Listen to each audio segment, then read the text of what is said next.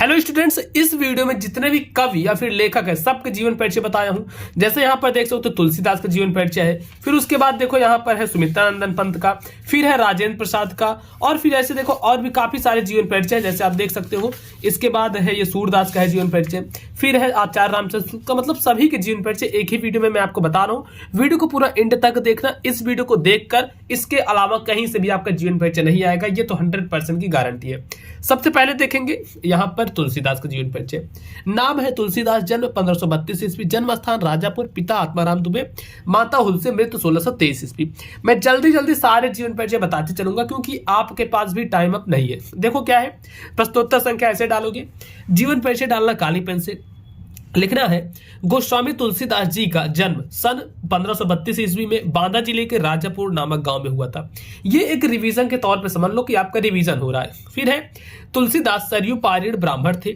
इनके पिता का नाम आत्माराम तथा माता का नाम हुलसी था। इनके माता पिता इन्हें त्याग दिए थे और इनका बचपन अनेक आपदाओं के बीच व्यतीत हुआ। इनका जो बचपन था, इनके जो बचपन की अवस्था थी वो बहुत सारी मुश्किलों के बीच व्यतीत हुआ। फिर है इनकी पत्नी का नाम रत्नावली था। इनकी पत्नी का नाम था रत्नावली था। अब आप एक चीज ध्यान दे रहे होगे कि जो जो इंपॉर्टेंट पॉइंट है उसको मैंने काली पेन से लिखा है। फिर है एक बार पत्नी द्वारा बिना बताए मायके चले जाने पर आधी रात में ये आंधी तूफान का सामना करते हुए ये अपने ससुराल जा पहुंचे। इस पर पत्नी ने इनकी भत्सना की, ठीक, और उन्होंने कहा कि अस्थि चर्म महदेय मम तामे ऐसे प्रीत, अस्थि चर्म में देह मम तामे ऐसे प्रीति, तैसी जो श्री राम होत न भय भी, ठीक। फिर उसके बाद है अपनी पत्नी की फटकार सुनकर, इसको काली पेन से लिखना है जो लाइन है। फिर आगे लिखा गया अपनी पत्नी की फटकार से तुलसीदास जी को वैराग्य प्राप्त हो गया और काशी के 80 घाट, देखो काशी कहाँ पे है, बनारस में है, तो वहां पर है एक 80 घाट, वो काशी के 80 घाट पर सन 1623 ईस्वी में इनका स्वर्गवास हो गया। अब उसके बाद देखो है कुछ चीजें लिखनी है, जैसे लिखोगे कि इनके मृत्यु के संबंध में निम्नलिखित दोहा प्रसिद्ध है। इनके मृत्यु के संबंध में कौन कौन सा दोहा प्रसिद्ध है ये देखो। सौवत 1680 असी गंग के तीर, श्रावण शुक्ला सप्तमी तुलसी तजेव शरीर, ठीक है। तो ये है जो कि काली पेन से लिखना है। फिर इनकी रचनाएं लिख देना है। तुलसीदास जी की प्रमुख रचनाएं निम्न है: श्री रामचरितमानस, विनय पत्रिका, गीतावली, दोहावली, जानकी मंगल, पार्वती मंगल आदि। इस तरीके से तुलसीदास जी का जीवन परिचय हो गया, ठीक। फिर आते हैं सुमित्रानंदन पंत का, देख लेते हैं। अच्छा चलो, सुमित्रानंदन पंत का थोड़ा बाद बताएंगे, पहले राजेंद्र प्रसाद का बताते हैं जो कि एकदम से इंपॉर्टेंट है, उनका थोड़ा बता देते हैं पहले।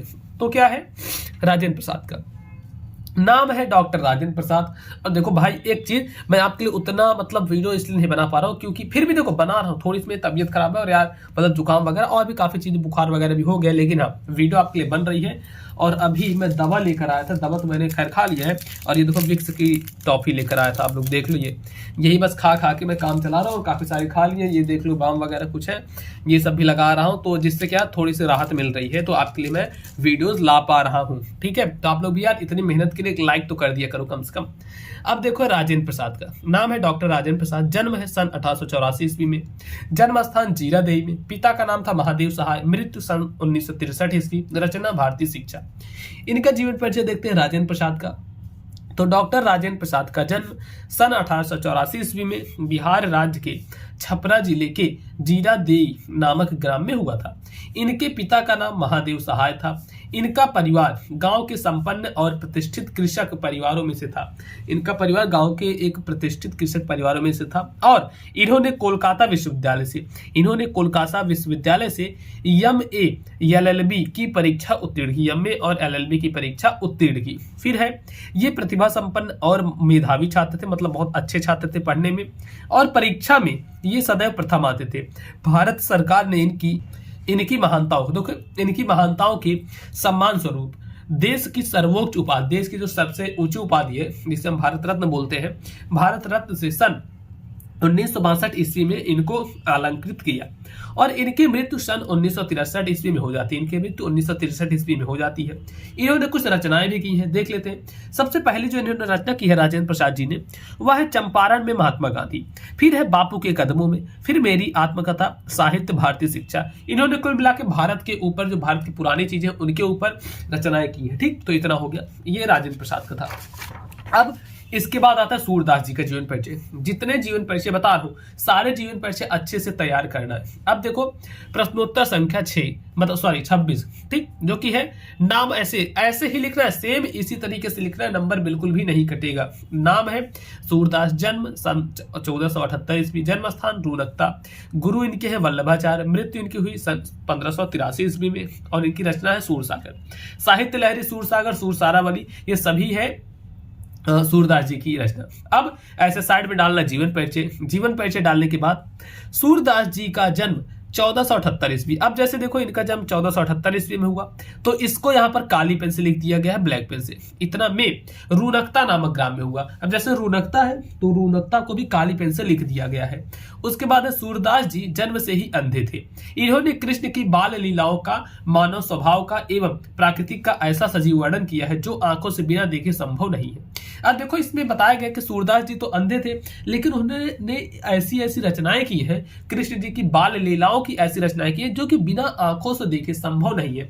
इसलिए बहुत सारे लोगों को मतभेद है। जैसे देखो जो आंखों से बिना देखे संभव नहीं है, सूरदास, जिसमें क्या है कि बहुत सारे लोगों की मतभेद है कि ये अंधे थे या नहीं, इसमें लोग कंफ्यूज रहते हैं। फिर देखो आगे है कि इनसे भक्ति, अच्छा यहां से है ना, सूरदास जी की रुचि बचपन से ही भागवत गीता के गायन में थी। सूरदास जी शुरू से ही भागवत गीता के गायन में इनकी रुचि थी। इनसे भक्ति पद सुनकर पुष्टि मार्ग के संस्थापक महाप्रभु वल्लभाचार्य ने इन्हें अपना शिष्य बना लिया था।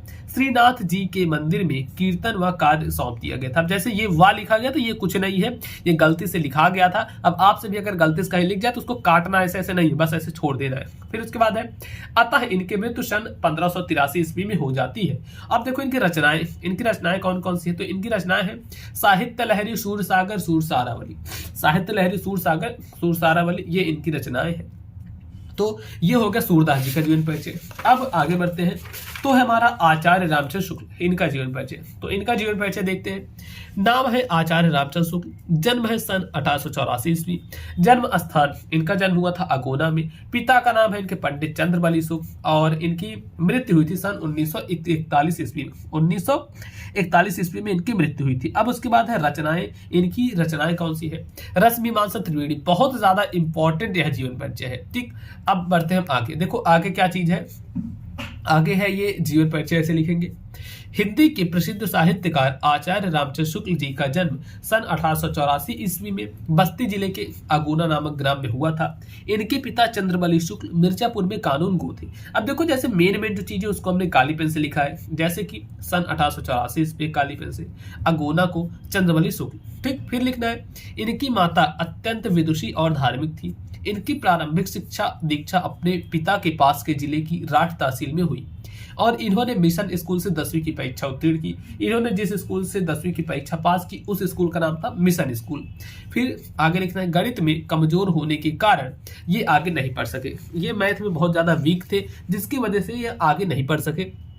अतः बाद में ये मिर्जापुर के मिशन स्कूल में ही अध्यापक हो गए, और इनका स्वर्गवास 1941 ईस्वी में हो जाता है। फिर उसके बाद रचनाएं, इनकी रचनाएं कौन कौन से, तो इनकी रचनाएं हैं रसमीमांसा त्रिवेणी, भ्रमर गीत सार, काशी नागरी, प्रचारी पत्रिका आदि, ठीक। तो ये हो गया रामचंद्र शुक्ल का जीवन परिचय। देखो एक ही वीडियो में सब बना रहा हूँ यार, इतनी मेहनत के लिए आप लोग लाइक नहीं करते हो, एक लाइक जरूर से कर दिया करो, चैनल को सब्सक्राइब कर लो। जितनी चीजें बता रहा हूँ इससे बाहर कुछ भी नहीं आएगा, चैनल पे जो बता रहा हूँ उतना ही आप तैयार करके उतना ही पढ़कर चले जाओ। अब देखो आता है जयशंकर प्रसाद जी का जीवन परिचय। नाम जयशंकर प्रसाद, जन्म 1889 ईस्वी, पिता देवी प्रसाद, मृत्यु सन 1937 ईस्वी, रचना कामना या फिर राजश्री। और आप लोगों को बता दूं जिनको कुछ भी डाउट है फिर कुछ भी है तो आप लोग इंस्टाग्राम पे मैसेज कर सकते हो, पीयूष मौर्य 1001, जो कि यहाँ पर आईडी है, इस पर डायरेक्टली मुझे मैसेज कर सकते हो। अब देखो जीवन परिचय देखते हैं। जीवन परिचय जो कि है जयशंकर प्रसाद जी का जन्म सन 1889 ईस्वी में काशी के प्रसिद्ध सोहनी साहू परिवार में हुआ था। इनके पिता देवी प्रसाद को काली पेन से लिखना है। इनके पिता देवी प्रसाद काशी के प्रतिष्ठित व्यक्ति थे। इनकी प्रारंभिक शिक्षा घर पर ही हुई थी, मतलब इनकी जो स्टार्टिंग की जो शिक्षा थी वो घर पे ही हुई थी, और स्वाध्याय खुद से ही इन्होंने अंग्रेजी का और संस्कृत का, उर्दू और फारसी, अंग्रेजी, संस्कृत, उर्दू, फारसी भाषा का अच्छा ज्ञान प्राप्त कर लिया। फिर लिखना है माता पिता तथा बड़े भाई की मृत्यु हो जाने पर, माता पिता और बड़े भाई की मृत्यु हो जाने पर इन्होंने व्यवसाय और परिवार का उत्तरदायित्व संभाल लिया था। कि युवावस्था के पूर्व ही, मतलब जैसे इन्होंने सब दायित्व संभाला घर का, उसके पहले युवावस्था के पूर्व ही भाभी और एक के बाद एक दूसरी पत्नी की भी मृत्यु हो जाती है, जिससे इनके ऊपर विपत्तियों का पहाड़ टूट पड़ता है। और क्षय रोग से ग्रसित होकर, मतलब अंत समय में ये क्षय रोग से ग्रसित हो गए थे, और जिसके कारण 48 साल की उम्र में ही, जो कि सन 1937 ईस्वी में इनका स्वर्गवास हो जाता है। अब इनकी कुछ रचनाएं हैं, जैसे चंद्रगुप्त, स्कंदगुप्त, अजातशत्रु, विशाखा, राजश्री, ये सब चीजें। अब बढ़ते हैं आगे नेक्स्ट जीवन परिचय। जो हमारा नेक्स्ट है वो है ये। अब इसमें देखो क्या है, ये सुमित्रा नंदन पंत का है। नाम सुमित्रा नंदन पंत, जन्म 1900 में, जन्म स्थान कौशानी, पिता पंडित गंगादत्त पंत, मृत्यु 1977 ईस्वी, और रचना वीणा और पल्लव। तो देखो इनकी रचनाएं में है जीवन परिचय। जीवन परिचय क्या है, देखो सुमित्रा नंदन पंत का जन्म 1900 ईस्वी में कौसानी नामक ग्राम में हुआ था। इनके पिता का नाम पंडित गंगादत्त पंत था। इनके जन्म के 6 घंटे बाद ही इनकी माता का देहांत हो गया था, अतः इनका लालन पालन पिता और दादी के वात्सल्य की छाया में हुआ। ठीक, इतना चीजें। अच्छा, एक चीज मैं आप लोगों को बता देता हूँ, बहुत सारे लोगों को कंफ्यूजन है। अब देखो ये चीज आप लोग क्लियर कर लो, पूरे यूपी में टोटल 6 से 7 पेपर आते हैं। अब बहुत सारे लोग सिर्फ एक पेपर पढ़ के जा रहे हैं, तो ऐसा आप लोग मत करो। आपको 6 पेपर पढ़ने, क्योंकि किस स्कूल में किस जिले में आ जाए कौन सा पेपर आपको ये नहीं पता है, तो इसलिए सभी पेपर पढ़ने पाएंगे। सारे पेपर चैनल पर मैं दिया हुआ हूं। और बाकी अगर आपके पास 5 घंटे बचे हैं, 4 घंटे बचे हैं पेपर स्टार्ट होने में, और चाहते हो कि कुछ ऐसा मिल जाए, पीडीएफ मिल जाए, या फिर कुछ भी चीजें रहे जिससे हम पढ़कर बहुत अच्छे नंबर लेकर आए, तो आप लोगों के लिए मैं कोर्स बनाया हूं, जिसकी प्राइस थी 500 रुपए। लेकिन अभी आप लोगों के लिए ऑफर है, सिर्फ और सिर्फ 49 रुपए में ले सकते हो। कैसे लोगे? आप लोग डायरेक्टली मुझे मैसेज कर सकते हो उस पे व्हाट्सएप पे, या फिर इसकी लिंक कमेंट बॉक्स में दी गई है, हिंदी कोर्स की लिंक। नहीं तो व्हाट्सएप नंबर ये है, देखो 77 85 05 34 85। ठीक, यह है व्हाट्सएप नंबर। इस पर मैसेज कर दोगे, जैसे मैसेज करोगे आपके पास एक लिंक आ जाएगी, वहां पर क्लिक करके आप लोग कोर्स ले सकते हो। तो देखो यहां तक हमने कर लिया था। अतः इनका लालन पालन पिता और दादी के वात्सल्य की छाया में हुआ। फिर लिखना है, पंत जी ने अपनी प्रारंभिक शिक्षा अल्मोड़ा में पूरा किया। इसके बाद वाराणसी के जय नारायण हाई स्कूल से स्कूल लिविंग की परीक्षा उत्तीर्ण की, और जुलाई 1919 में इलाहाबाद आए और म्योर सेंट्रल कॉलेज में प्रवेश लिया। सन 1921 ईस्वी में महात्मा गांधी आह्वान पर असहयोग आंदोलन से प्रभावित होकर इन्होंने बीए की परीक्षा दिए बिना ही कॉलेज त्याग दिया।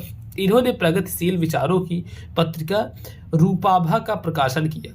इनकी कृति चिदम्बरा, इनकी कृति जो है चिदम्बरा पर इनको भारतीय ज्ञानपीठ पुरस्कार मिला। 28 दिसंबर 1977 ईस्वी को इस महान साहित्यकार ने इस भौतिक संसार से सदैव के लिए विदा ले लिया। अब इनकी देखो रचनाएं कौन कौन सी है, तो इनकी रचनाएं हैं वीणा, पल्लव, गुंजन, युगांत, लोकायतन, युगावड़ी, ग्रंथ याद, ये सब इनकी रचना है। तो देखो इस वीडियो में आपके सारे जीवन परिचय मैंने पढ़ा दिए। देखो जितने सारे जीवन परिचय हैं सिर्फ 10-15 मिनट में आपको पढ़ा दिए। तो इसके लिए आप लोग वीडियो को लाइक कर दो, और बाकी अगर कुछ भी तैयारी नहीं हुई है तो 49 रुपए में सिर्फ है कोर्स, जिसकी लिंक डिस्क्रिप्शन बॉक्स में है, कमेंट बॉक्स में है, नंबर पे मैसेज करोगे आ जाएगा, कर सकते हो। बाकी यूट्यूब पे मैं पूरा फ्री में ही पढ़ा रहा हूँ, प्लेलिस्ट जाकर हिंदी की चेक करो भैया, पूरा फ्री में है, अच्छे से पूरा तैयार कर लेना। इस वीडियो को ज्यादा से ज्यादा लाइक करना, चैनल पर नए आ रहे हो तो चैनल को आप लोग सब्सक्राइब कर लो। ठीक है।